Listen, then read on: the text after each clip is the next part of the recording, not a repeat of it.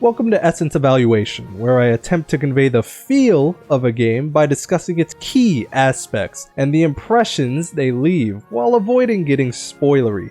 I then use this information to conclude the video by telling you about what I believe is the overall spirit or core essence of the game. Today we'll be discussing Metroid Dread, because the Metroidvania genre has gone far too long living with neither Metroid nor Vania. Metroidvanias such as Metroid Dread are predicated on their trademark approach to exploration and progression, the two of which are inseparably intertwined. Like toothpaste and mint flavoring, you're presented a sprawling world of several interconnected regions, each filled with various enemies and obstacles. You commonly backtrack through the world after gaining new abilities that allow you to do things like traverse previously inhospitable areas, or blast through previously indestructible blockades. If you see some weird thing in the way, probably just leave it alone for now. Don't keep mashing the square peg into the triangular hole, like I did. This formula causes you to form a unique bond with the world as you not only trek through unfamiliar territory, but regularly tread through familiar locations as well. It's about a focus on discovery of not just entirely new lands, but of the scandalous secrets kept by old lands as well. This has the added effect of accentuating the progression of your character. You feel Samus's evolution from level 1 petty thief to level 100 mafia queenpin throughout the game, as your new abilities make you both more proficient at combat and at navigating the world.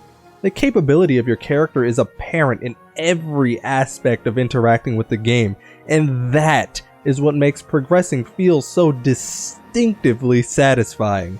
The only issue that I personally had with exploration was mainly the result of my impatience in a game that thrives on patient diligence, and also not initially being accustomed to the developer's expectations for players. Originally, some hidden destructible blocks felt downright dastardly.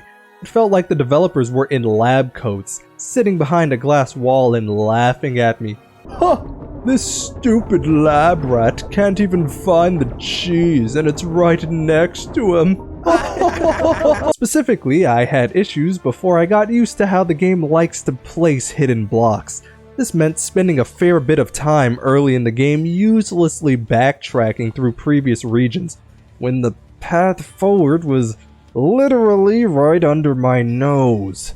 Generally, the developers are pretty good about gently guiding you to search for hidden blocks by cleverly obstructing your possible paths. Also, using the map when you're stuck gives you a decent idea of where there might be hidden paths to new rooms. My point is, while I understand hidden blocks can be viewed as an enhancement to exploration by forcing you to be thorough with your investigation of the world, I personally encountered a couple frustrating situations with mandatory hidden blocks. I wouldn't say this is a flaw or anything, it's partially preference and partially by design.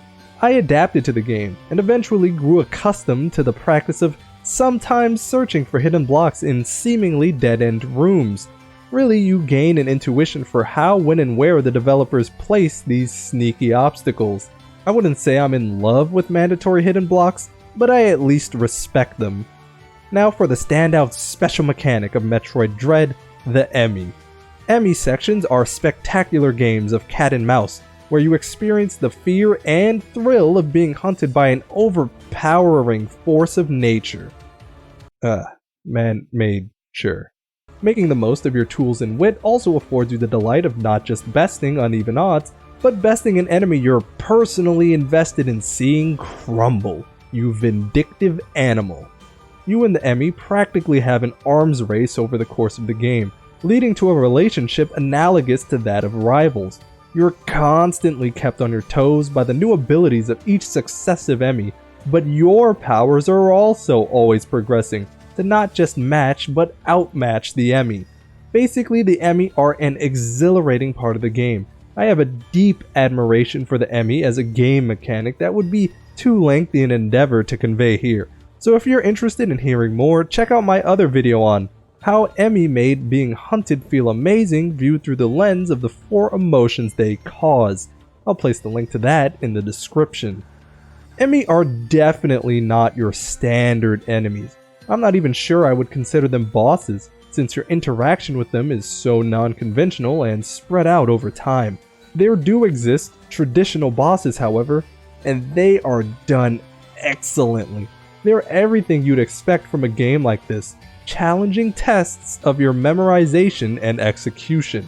Thoroughly dismantling a boss with the full extent of the arsenal you've painstakingly built while dodging all their attacks after spending the time to figure them out is intensely fulfilling. The melee counter sequences where you furiously mash your controller to blast away at a boss as Samus automatically wrangles and roughhouses the foe like it's a bull at a rodeo are incredibly cool. All in all, the boss fights are tough and rewarding, and you feel just as badass as Samus is when you win.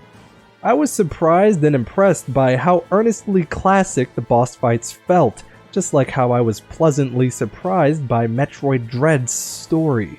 Although I'm not sure how much that says considering I went in expecting practically no story at all. Really, I was mainly blown away by Samus's characterization in this game. She's aggressively badass to the point of sheer cockiness at times. I don't know who Samus has been hanging out with since her last mainline game, maybe Dante, Bayonetta, Master Chief, but whoever they are, they're a good influence. Anyway, I'm not going to spoil anything, but a reveal at the end of the game took an assumption I had about the Metroid franchise and flipped it on its head. It shook my understanding of what the Metroid series is about. I never would have thought I'd have such a lasting impression left upon me by Metroid Dread's story. I adore when games drop that "oh" moment on you, and I can't help but wonder how long this has been planned for Metroid. It might be unclear what exactly I'm talking about even if you have beaten the game, since a lot happens there. But the point is, this game's story has some awesome twists and turns, and I'm excited to see where the series goes next. So, what is Metroid Dread essentially? It's a game of patient satisfaction.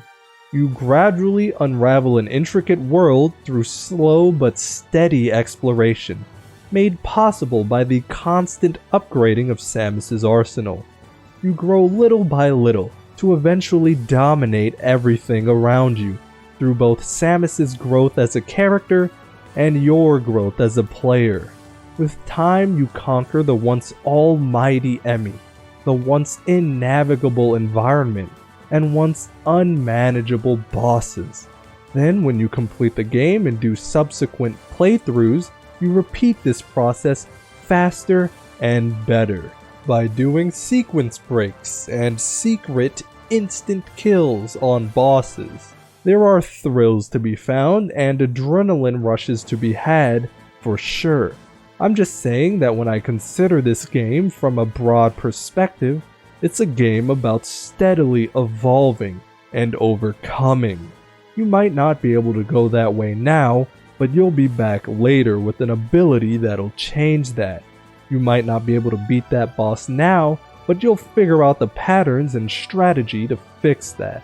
The planet initially feels creepy and foreboding, but by the end of the game you're zipping around without even a shred of concern. In fact, you welcome any challenges, begging for excuses to bust out your tricked out toys. It's like purchasing a gun and hoping you get attacked so you have a reason to shoot it.